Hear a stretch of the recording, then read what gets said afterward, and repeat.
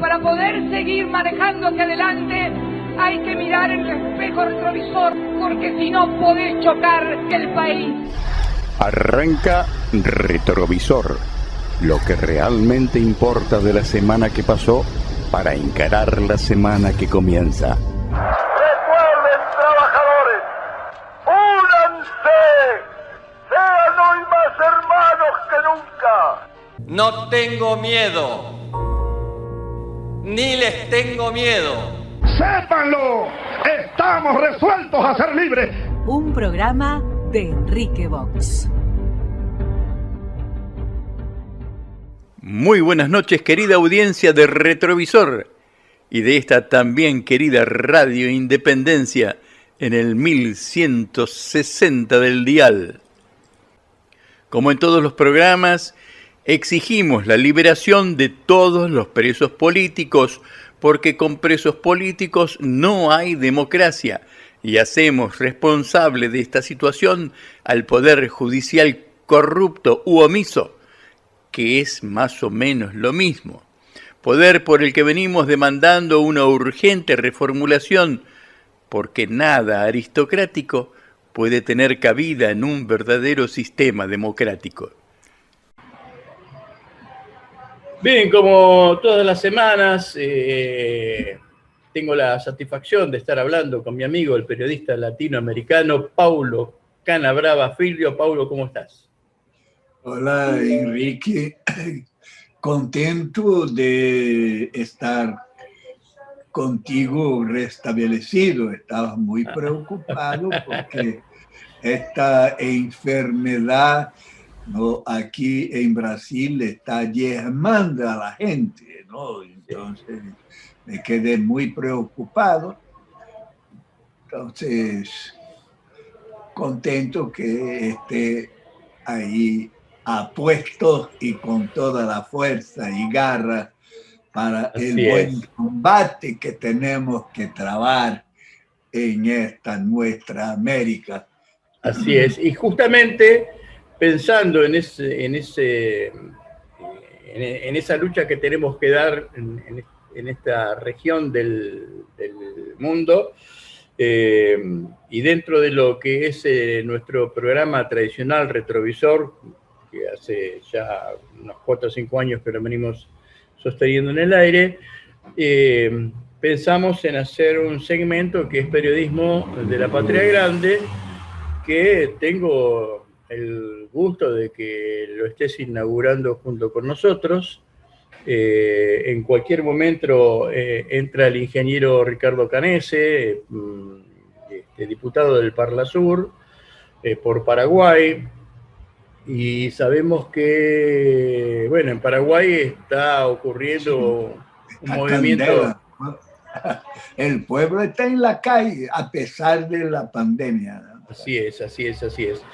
Entonces, bueno, tenemos una problemática regional muy similar, en algunos aspectos por lo menos, y me parece sustancioso que la podamos conversar entre personas de la región, ¿no es cierto? ¿Por qué no nos comentás qué está pasando en Brasil principalmente en este momento, hasta que entre el ingeniero Ricardo Canese? Entonces, hay mucha gente entusiasmada y yo, como yo tengo muchas heridas, entonces veo la cosa con prudencia, porque no se puede confiar en la justicia brasileña. Sí, no, claro. Ni en la justicia. Déjame que está entrando el ingeniero. ¿Me das un segundo que está entrando el ingeniero Ricardo Canese? Bueno, mientras... explicar cómo es la cosa ahí, ¿no? Sí, por supuesto.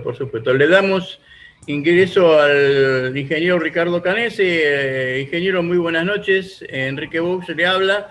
Estamos acá con el periodista latinoamericano Paulo Canabrava Filho. ¿Cómo está usted?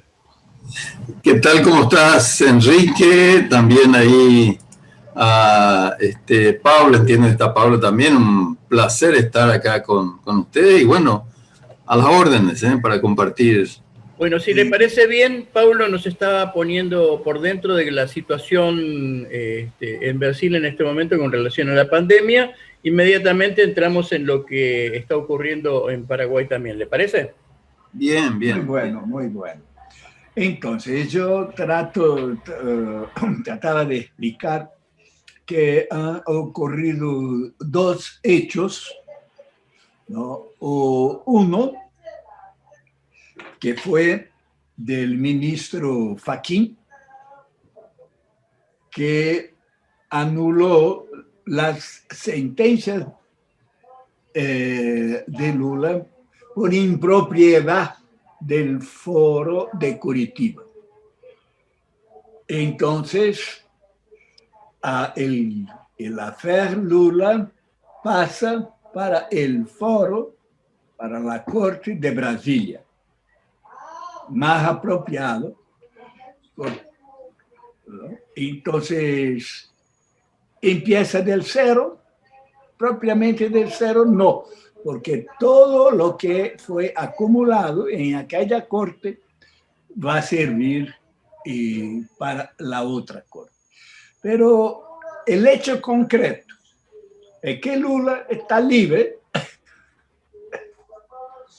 ¿no?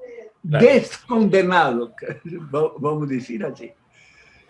Porque de empezar un proceso ahora en la Corte de Brasilia, esto puede llevar mucho tiempo. La justicia aquí es muy lenta.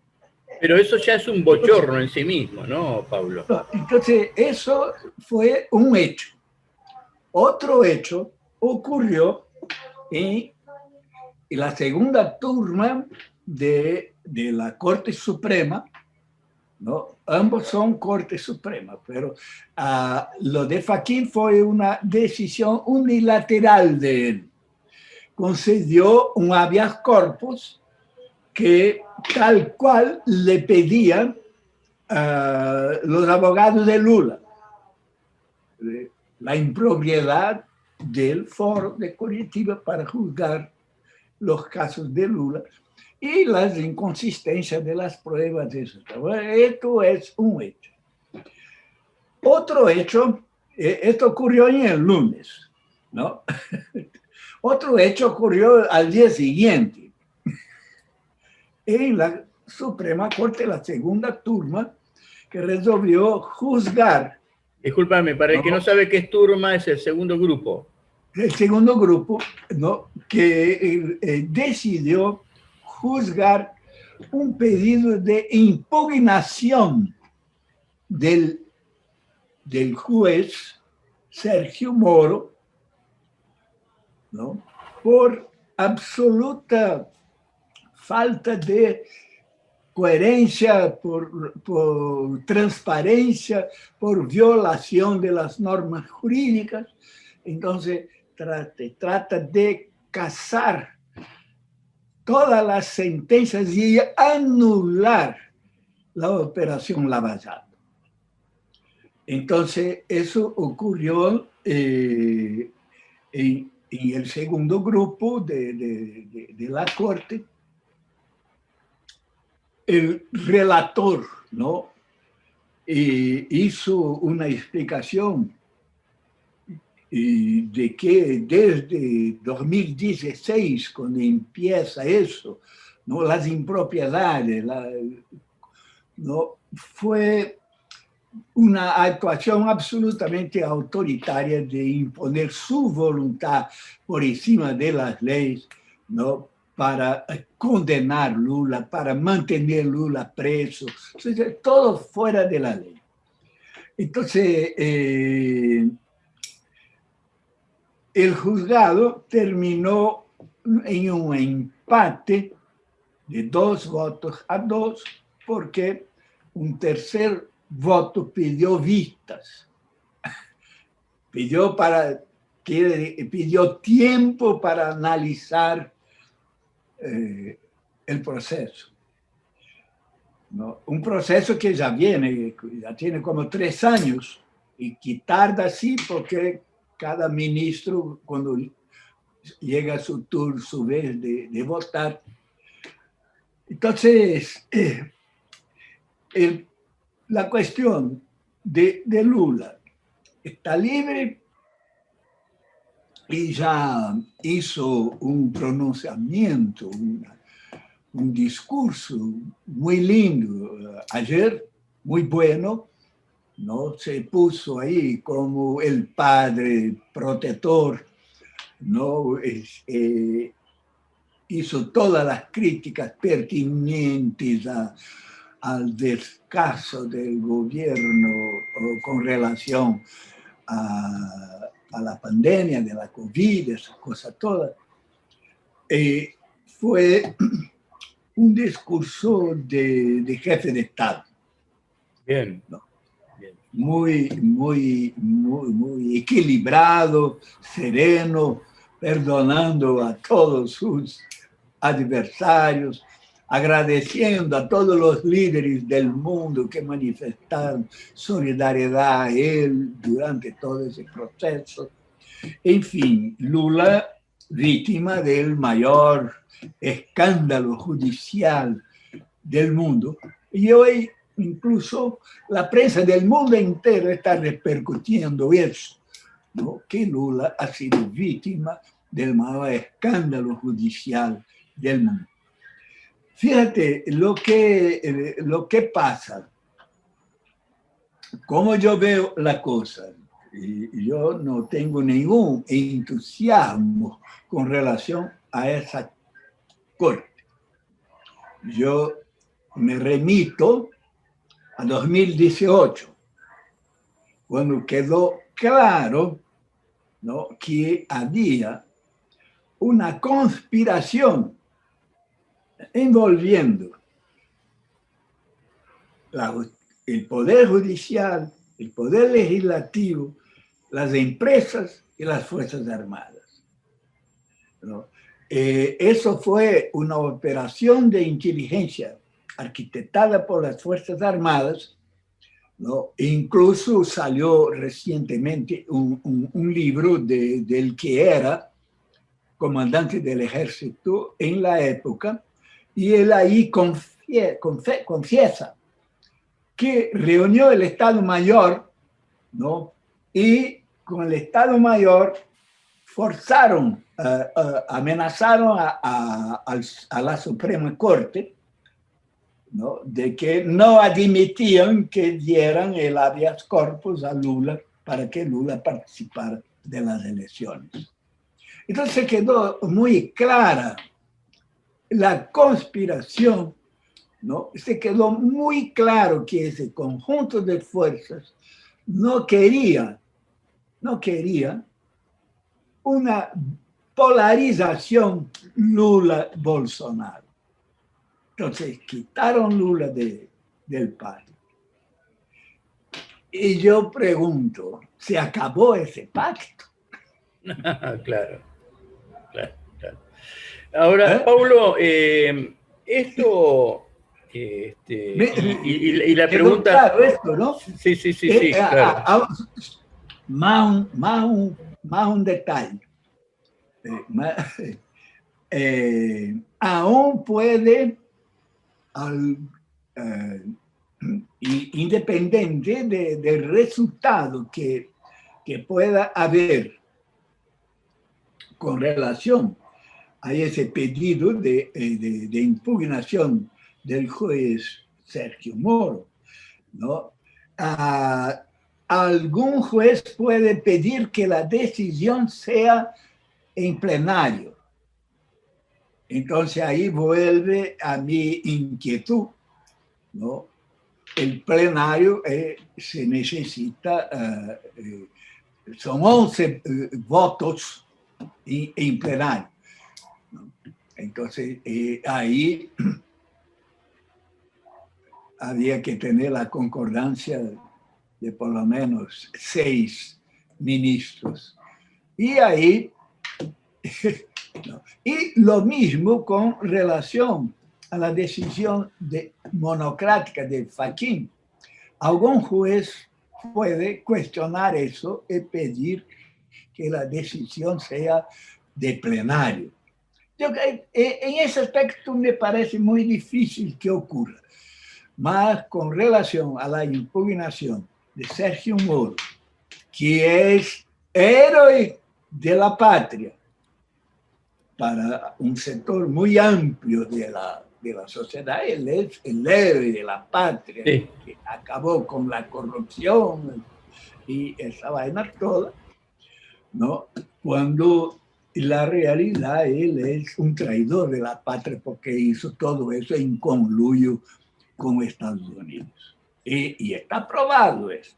Claro, y justamente iba a preguntarte, Paulo, y esto lo quería involucrar al ingeniero Ricardo Canese en esto. Todo eso que acabas de describir ocurría en un mundo donde a la hija del presidente de una de las mayores empresas de comunicación, que es Huawei, se la ponía presa en Canadá, sin pruebas. A Julian Assange se lo persiguió, se lo sigue persiguiendo, a Edward Snowden.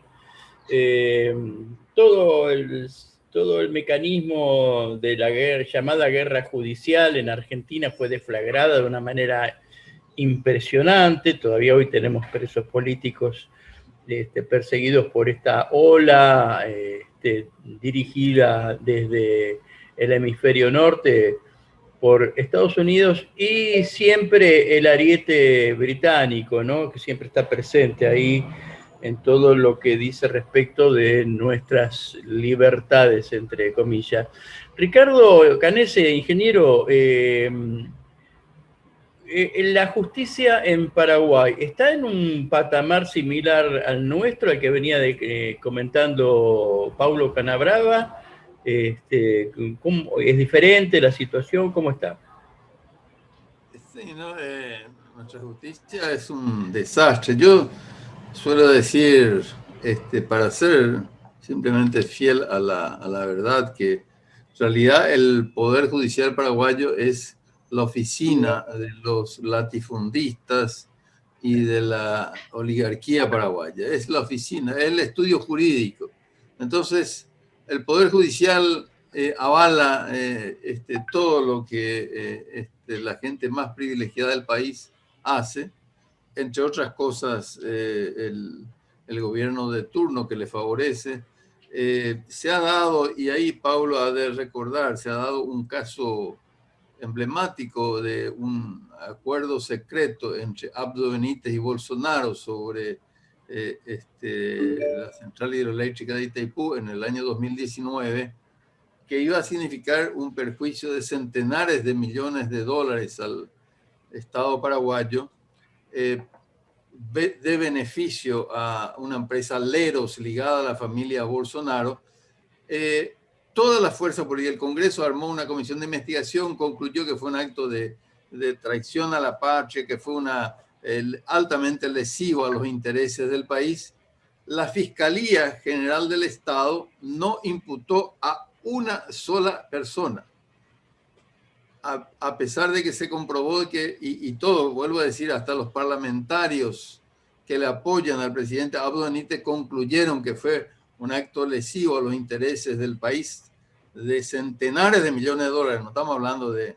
Entonces, claro, en cambio con el indígena, con el campesino, te voy a dar otro caso. Ahí en Paraguay se han asesinado a unos 100 dirigentes campesinos en los últimos 30 años. Ni un solo condenado. O sea, a pesar de que se sabe bien quiénes son los que instigaron por lo menos esos asesinatos contra líderes sociales, no hay ni un solo condenado de parte de la justicia. O sea, tenemos una justicia que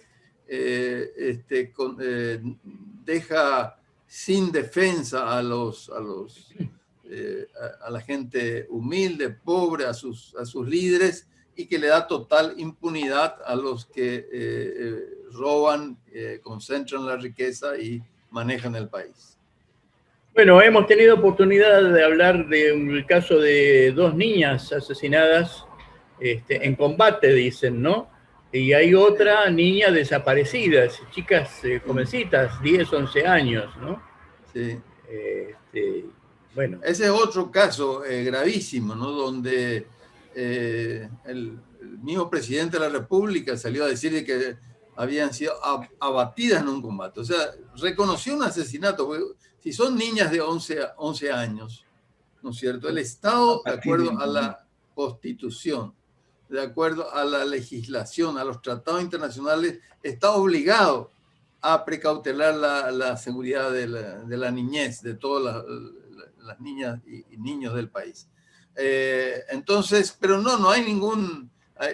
Es más, esas niñas no se permitió hacer autopsia, no se las enterró inmediatamente con todas sus... Se escondieron sus pertenencias, o sea, hubo ocultamiento de información. Vale decir, en vez de buscarse el castigo de los culpables y el esclarecimiento de los hechos, hubo un proceso de ocultamiento que hasta ahora sigue impune.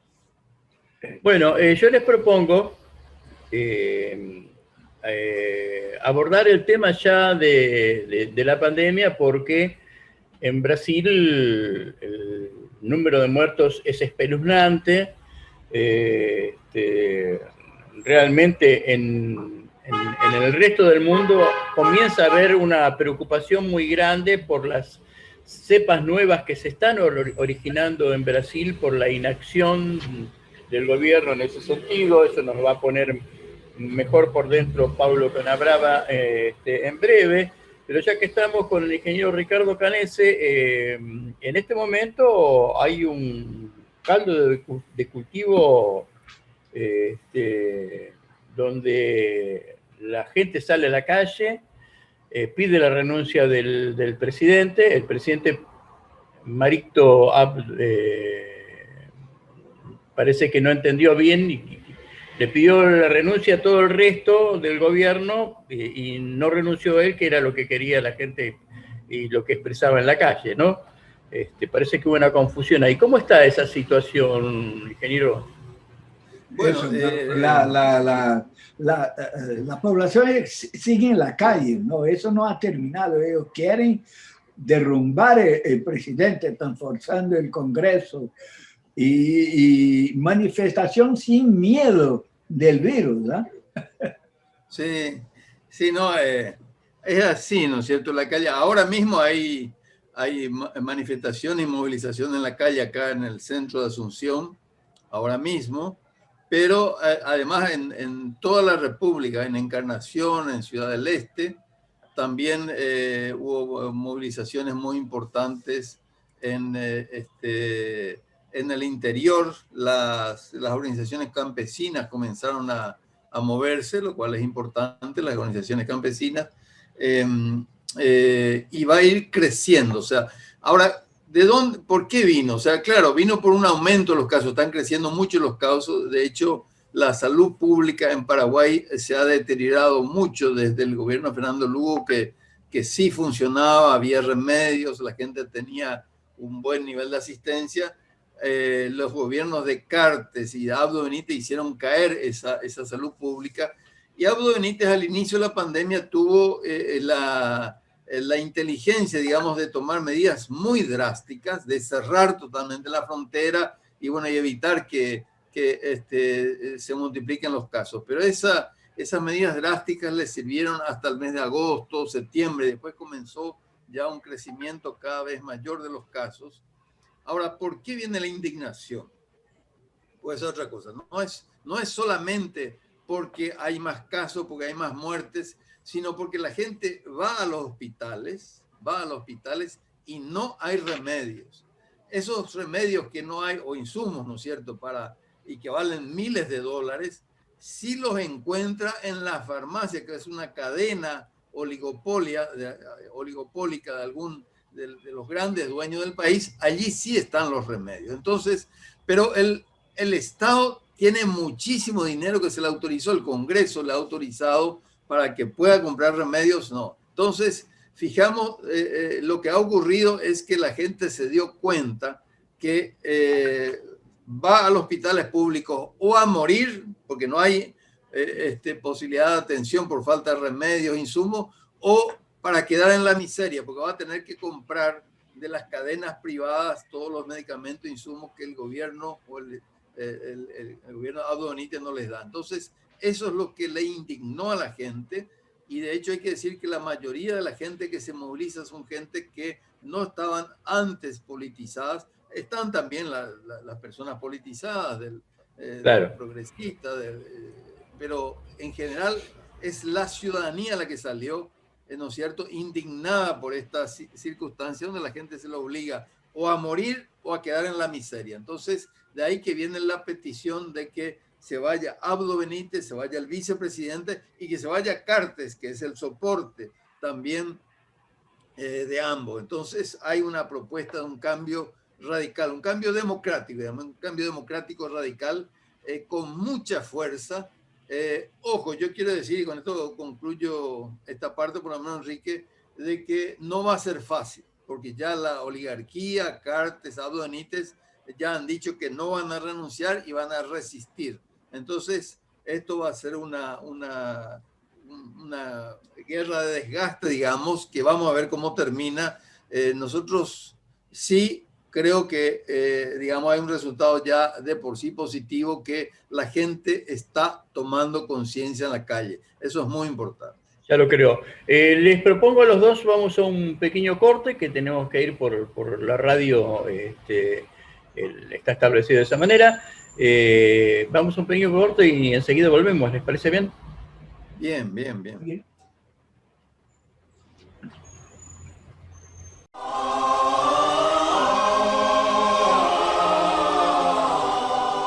Vos no te vayas, vamos a una tanda y enseguida volvemos con más Retrovisor.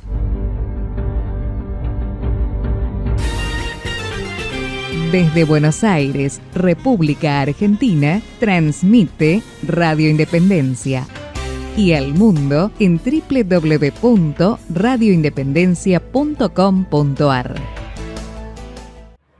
Bien, ya estamos nuevamente en Periodismo de la Patria Grande, con el ingeniero Ricardo Canese, que es diputado del Parlasur, y con el periodista latinoamericano Paulo Canabrava Filho.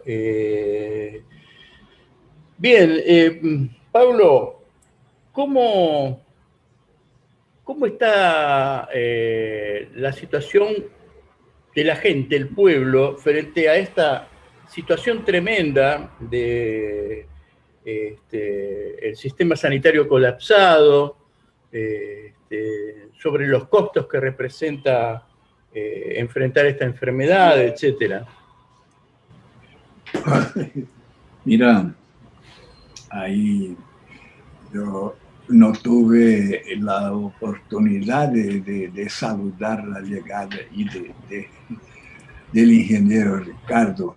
Es con mucho gusto que estoy aquí compartiendo, a compartir con usted. Los paraguayos y brasileños somos una patria guaraní. Guaraní, cierto, cierto. ¿No? Y yo me siento tan paraguayo como brasileño, ¿sí? Porque latinoamericano. Somos una cultura, la misma cultura tupi-guaraní. Sí. La cultura guaranítica es importantísima, está muy subestimada culturalmente en todos nuestros países y nos abarca de una manera tremenda. Argentina, Brasil, Bolivia, Perú. Mitad de Brasil, la mitad sur de Brasil, claro, es guaraní. Impresionante, impresionante. ¿Alguna vez sabremos aprender de los guaraníes todo lo que todavía tenemos para aprender, todo lo que ellos tienen para ofrecer a la humanidad, que no es poca cosa, principalmente desde el punto de vista social, ¿no? Que es justamente lo que nos tiene a nosotros atribulados en este momento. Argentina está pasando una situación un tanto diferente, sanitariamente hablando, pero no deja de ser menos grave en el sentido de la problemática que hay con lo que están cobrando los jubilados, por ejemplo, que los números dejan a ese sector tan importante de la población por debajo de la línea de la indigencia, ¿no es cierto? Lo que es gravísimo en un país con la historia que tiene Argentina con relación a jubilados principalmente, ¿no es cierto? Y a todo su sistema social. Pablo nos estaba por comentar cómo estaban enfrentando los brasileros. La cosa está muy grave, ¿no? Estamos llegando ahí, esta semana aquí ya vamos a llegar a 3.000 muertos por día. Ya estamos llegando a 300.000 muertos. Entonces parece que ahora la gente se ha dado cuenta de que no es más un juego y ni siquiera una gripiecita. Claro. Entonces, aquí en São Paulo, por ejemplo, en el inicio de la semana, el gobierno había decretado estado rojo para todo el estado. Y hoy mismo ya dobló las restricciones, cerró todo, ¿no? Solo no impuso un toque de queda, que no sé por qué, pero debía haber puesto. Pero cerró mucho más, incluso los templos, las iglesias, las cosas, porque no hay más a dónde poner enfermos en los hospitales. Tremendo, tremendo. Tremendo. Es una crisis humanitaria sin precedentes. Y pues, hay un vídeo que es espeluznante. Aterrorizante. El alcalde, ¿no? Diciendo de cuántas covas ha mandado abrir, de cuántos cajones ha mandado fabricar. ¿No? Como si fuera un mérito. Es una cosa de espanto, cómo la gente se está muriendo. Y los cientistas ahí advirtiendo que de no haber una actitud, el ejército va a tener que poner sus camiones para recoger los cadáveres por las calles, ¿no? Como ocurrió en Guayaquil, que la gente no tenía cómo librarse de los que se morían en las casas. Entonces tiene que recoger un camión a recoger los cadáveres. Y la gente ahora se está dando cuenta, porque es muy triste, se muere uno y la familia no puede ni siquiera estar cerca de él, no puede hacer los rituales funerales, no puede hacer nada, porque es lo que exige la emergencia sanitaria, ¿no? En fin. ¿Qué pasa con los resortes democráticos para enfrentar este tipo de cosas? ¿Están funcionando los políticos que dicen, la oposición? Entonces, fíjate, el discurso de Lula fue un tancazo así que se cayó sobre Bolsonaro, ¿no? Y el efecto Lula, él apareció en público con toda su gente ahí y todo de máscara por primera vez, ¿no? y anunció la compra de vacunas. Pero fíjate, todo y cualquier medida que lo tome ahora, que es muy tarde, y va a llevar tiempo para que produzca efecto. Claro. Entonces, aún no llegamos al pico, ¿no? Al tope de las muertes, que de 2.600 ya vamos pronto a llegar a 3.000. ¿Y de los auxilios, y de los auxilios económicos, Pablo, se vuelve a hablar algo?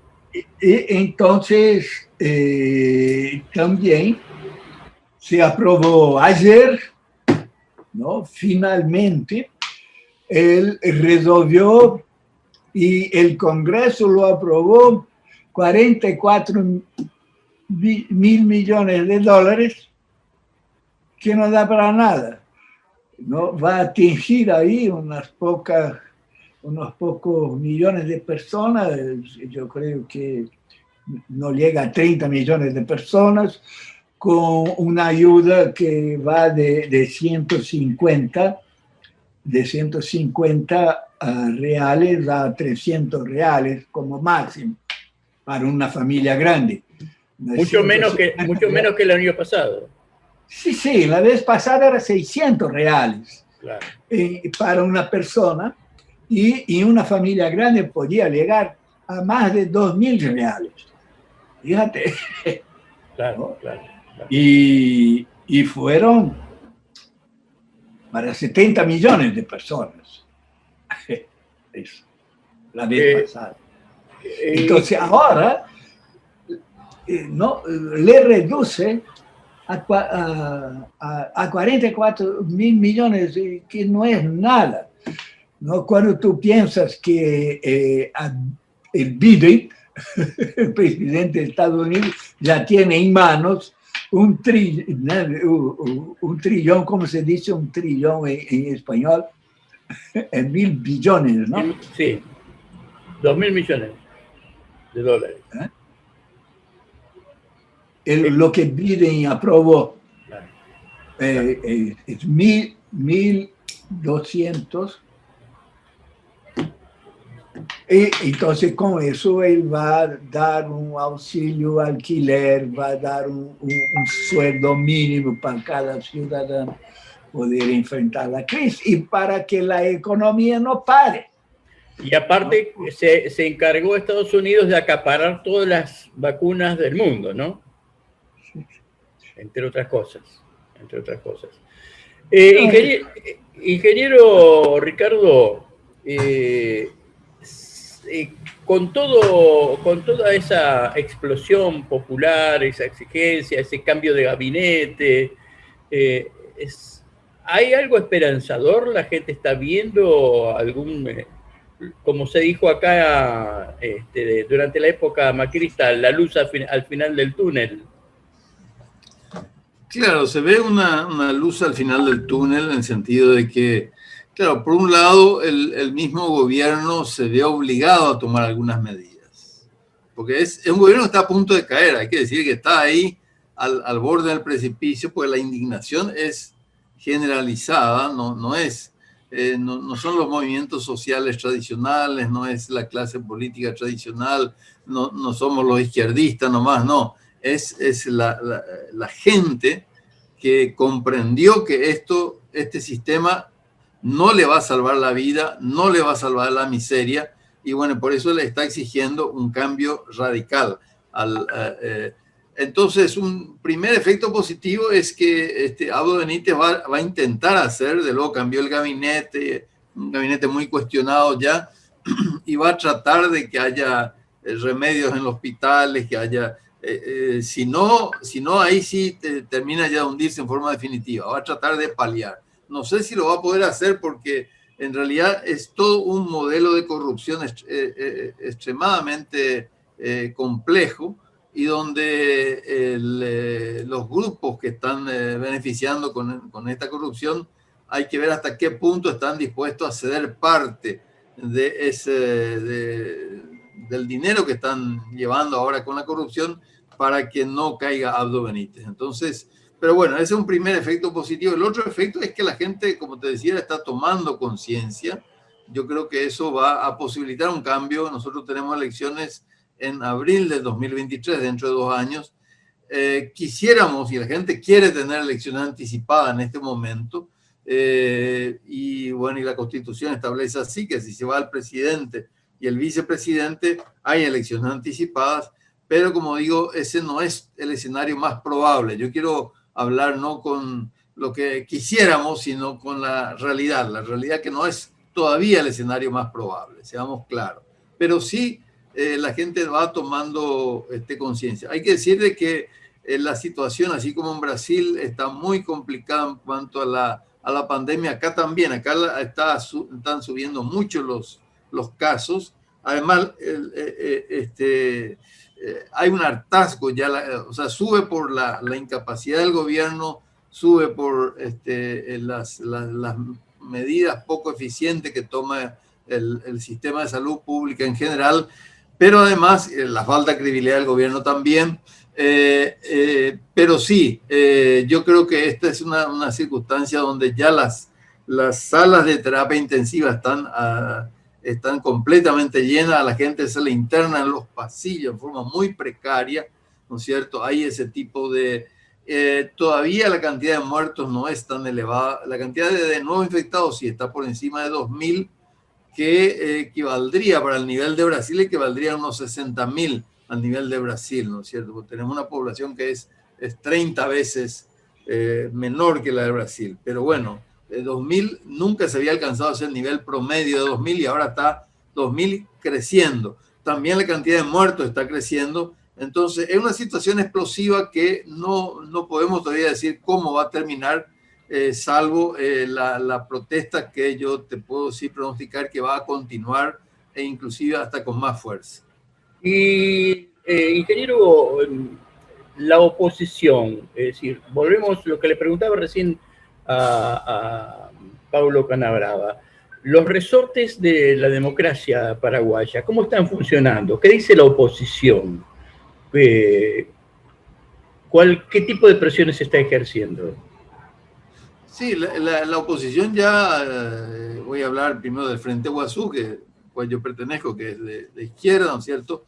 Ya planteamos el juicio político, también el Partido Liberal Radical Auténtico, que es el mayor partido de oposición, también plantea el juicio político. En general, todas las fuerzas, salvo el Partido Colorado, todas las fuerzas políticas estamos planteando el juicio político. O sea, la clase política está acompañando, inclusive partidos que son más de centro derecha o hasta de derecha también están acompañando el pedido de juicio político. Entonces, nosotros tenemos una cosa importante, Enrique, decir, nosotros tenemos un régimen de más de 70 años. En el Paraguay tuvo la desgracia de tener una guerra civil parecida a la guerra civil española, donde se enfrentó el fascismo, la reacción, con un frente popular, donde estaba el Partido Comunista, un Partido Socialista, el Partido Federalista y el Partido Liberal. Eso fue en 1947, y como resultado ganó la guerra civil, la reacción.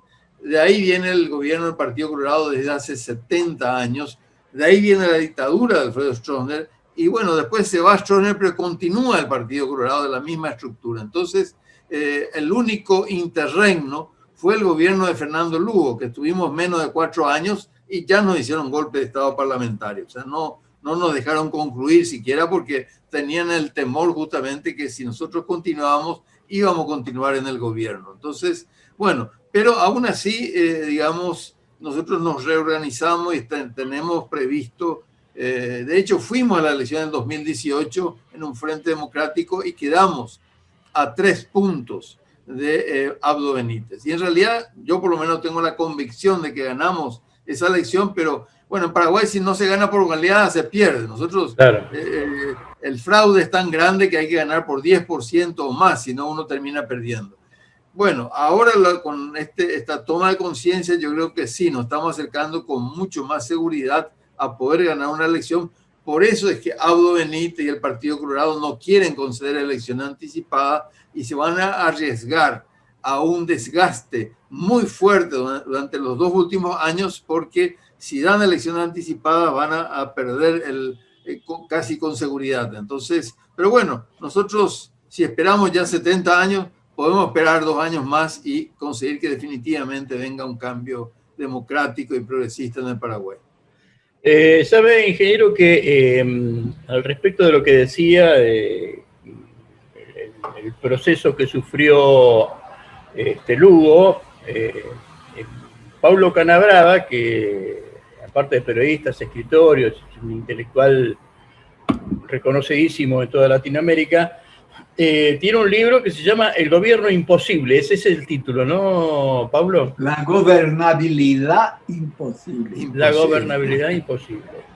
Y es un libro que tengo la convicción de que debería estar traducido al castellano y tendríamos que estar leyéndolo en las universidades, en los colegios secundarios, etcétera, ¿no? Lo traducimos ahí, ¿no? Yo creo que hay que hacerlo, sí. Tengo esa convicción, como otros libros que tiene también Pablo, ¿no? Importantísimo. Mira, Pablo, si tenés el libro, nos podés pasarnos y podemos ver de traducirlo. Yo hablo muy bien, o sea, entiendo bien por lo menos portugués, acá también hay compañeros y podemos ver de traducirlo y editarlo en español acá con Enrique y otros amigos, sí. Sí, sería muy importante. La historia de Brasil es muy semejante a de todos nuestros pueblos de nuestra América, ahí, pues, ¿no? Lo que fue la formación de los partidos políticos y todo para preservar el poder de la oligarquía. Entonces, ¿no? Sí, la presencia británica ha sido más sofisticada en Brasil, ¿no? Y les ha suavizado algunos aspectos. Paraguay que lo diga, ¿no? Si lo ha sufrido en carne propia. Aquí la presencia yanqui es descarada, toda la historia. Sí, incluso ahora, ¿no? Yo creo que Estados Unidos. Yo digo que somos colonia. Sí, somos colonia, sí. Sí, por supuesto. Yo digo que Estados Unidos es el pitbull malo y tonto que maneja Gran Bretaña, ¿no? Porque siendo la dueña de la Reserva Federal, ahí ya tiene un instrumento de dominación financiera fabulosa, ¿no? Pero, bueno, tenemos 4 minutitos. Les propongo que lo aprovechemos de la mejor manera posible. Igual, por supuesto, esto queda abierto, no es termina el programa, no termina la comunicación entre nosotros. Yo tengo el convencimiento de que hace falta ir generando mayor fluidez, ¿no? En las comunicaciones regionales. Los invito a que ocupen estos 3 minutitos 4. Entonces, yo decía, ¿no? Somos colonia. Fíjate, desde que Brasil está ahí como parte, ¿no? Del Comando Sur de Estados Unidos, como Colombia, ¿no? Perdieron totalmente, las Fuerzas Armadas son fuerzas pretorianas, ¿no?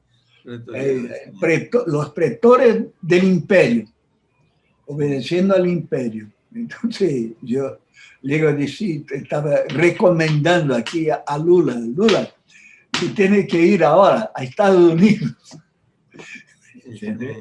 entenderse allá, porque es de allá que viene el orden, para que sepamos qué rumbo va a tomar eso. Si tú vas a permanecer o se van a continuar a quitarte del juego político. Tiene que ir a Estados Unidos porque es allá que eso se va a decidir. Aquí son las cosas, mis compañeros. Sí. No, así es, Pablo. Yo creo que y Enrique, esa es la realidad desgraciada que tenemos que cambiar. Y yo creo que yo por lo menos tengo la utopía de que se puede cambiar y de hecho avanzamos mucho con los gobiernos progresistas.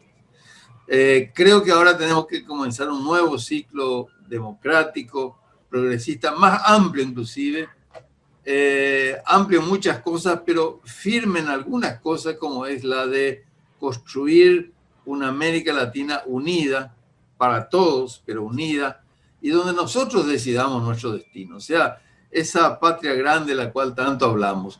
Y si no nos unimos, o sea, yo suelo poner un ejemplo, que en 1950 América Latina, si reuníamos todos los inventos, todo, estaba mucho más avanzado que China, 1950. Claro. Hoy China es primera potencia mundial. ¿Por qué? Porque es como un continente integrado. O sea, ellos tienen también nacionalidad de todo, pero es un país, prácticamente un subcontinente integrado. Y nosotros somos un archipiélago de países. Ni el mismo Brasil, que es casi un continente, puede solo. Solamente la unidad, ¿no es cierto? Y una unidad muy firme, donde podamos decir a Estados Unidos, miren señores, ustedes gobiernan en América del Norte, pero no en América Latina. América Latina es de los latinoamericanos y donde tenemos que convencerle a una parte, por lo menos, del empresariado, de sectores que aunque sean de derecha o de centro, entiendan de que si no somos... El mayor drama hoy es convencer a las Fuerzas Armadas. Sí, y a las mismas Fuerzas Armadas. Yo creo que a las Fuerzas Armadas convencerles de que si no nos unimos y no somos un bloque, vamos a seguir siendo la periferia, vamos a seguir estando tremendamente atrasados, como cada vez estamos peor, ¿no? Entonces, bien, yo les agradezco muchísimo a los dos, a vos, Paulo, muchísimas gracias, a usted, Ricardo Canese, ingeniero, y espero poder contar con ustedes la semana próxima, ¿les parece bien? Con todo gusto, con mucho gusto. Felicitaciones. Un gran abrazo, un gran abrazo. Felicitaciones a los dos. Fuerza, fuerza.